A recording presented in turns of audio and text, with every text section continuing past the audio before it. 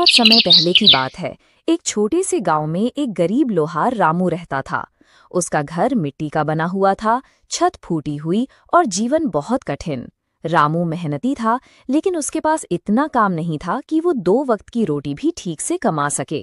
उसकी एक ही पहचान थी, उसके हाथ की मेहनत। वो लोहे को ऐसे आकार देता जैसे कलाकार मूर्ति बनाता है। लेकिन मशीनों के आने के बाद लोग उसके औजारों की कद्र करना भूल गए थे। अब कोई उसकी दुकान पर मुश्किल से ही आता।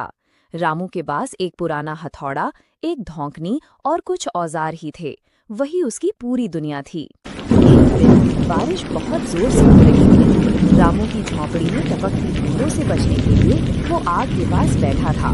तभी अचानक उसे कुछ खटपट सुनाई दी। उसने बाहर जाकर देखा तो पाया कि एक छोटा हिरन उसके आंगन में बैठा कांप रहा था। हिरन का एक पैर लहूलुहान था। वो घबरा रहा था, लेकिन रामू की आंखों में कोई डर नहीं था, बस करुणा थी। रामू उसे अंदर ले आया, पट्टी बांधी और अपने पास सुला लिया। अगली सुबह जब रामू उठा तो देखा कि वो हिरन गायब है। उसने सोचा शायद चलने लायक हो गया होगा और जंगल चला गया होगा। लेकिन तभी उसकी दुकान में कुछ चमकता हुआ नजर आया। वो हैरान, थोड़ा इतना चमकदार लग रहा था मानो अभी ही बना हो। वो कुछ समझ नहीं पाया, लेकिन दिन भर में कई लोग उसके पास काम करवाने आए। किसी का दरांती टूट गया था, किसी की कुल्हाड़ी। रामू ने सबका काम खुशी खुशी किया और पहली बार उसने एक दिन में इतने पैसे कमाए कि 1 वक्त की नहीं 3 वक्त की रोटी खा सके। रात को फिर से वही हिरन प्रकट हुआ। इस बार उसके पैर पर कोई घाव नहीं था। वो चुपचाप आया और रामू के सामने खड़ा हो गया। रामू ने धीमे से पूछा, तुम कौन हो?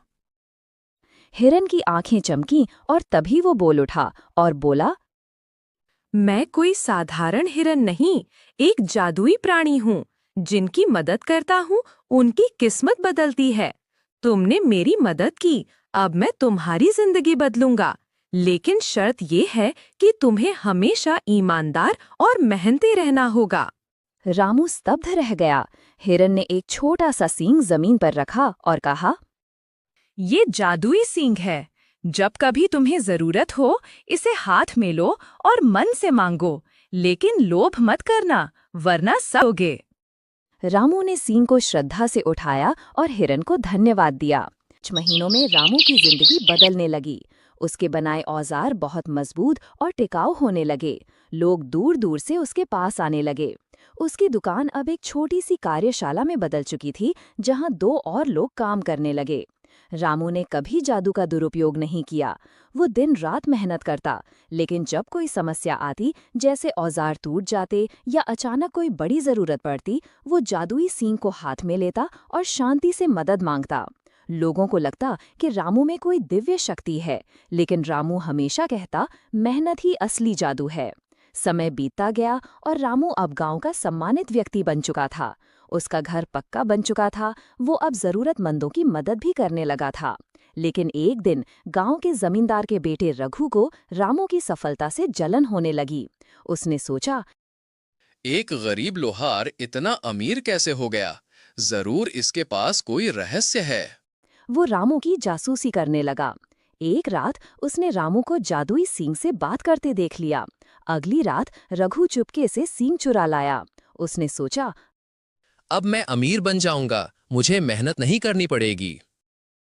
उसने सींग को हाथ में लिया और बोला, मुझे सोने की एक गाड़ी दो।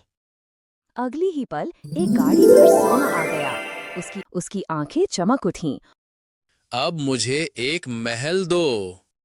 और उसकी झोंपड़ी एक भव्य महल में बदल गई। लेकिन उसके लालच की कोई सीमा नहीं थी। उसने बार बार मांग करना शुरू कर दिया। तभी अचानक सींग ने चमकना बंद कर दिया और टूटकर 2 टुकड़े हो गया। उसका महल गायब हो गया, सोना राख बन गया और वो वहीं जमीन पर गिर पड़ा। हिरन प्रकट हुआ और बोला, तूने जादू का दुरुपयोग किया। जादू मेहनत की मदद के लिए था, लालच के लिए नहीं। हिरन गायब हो गया।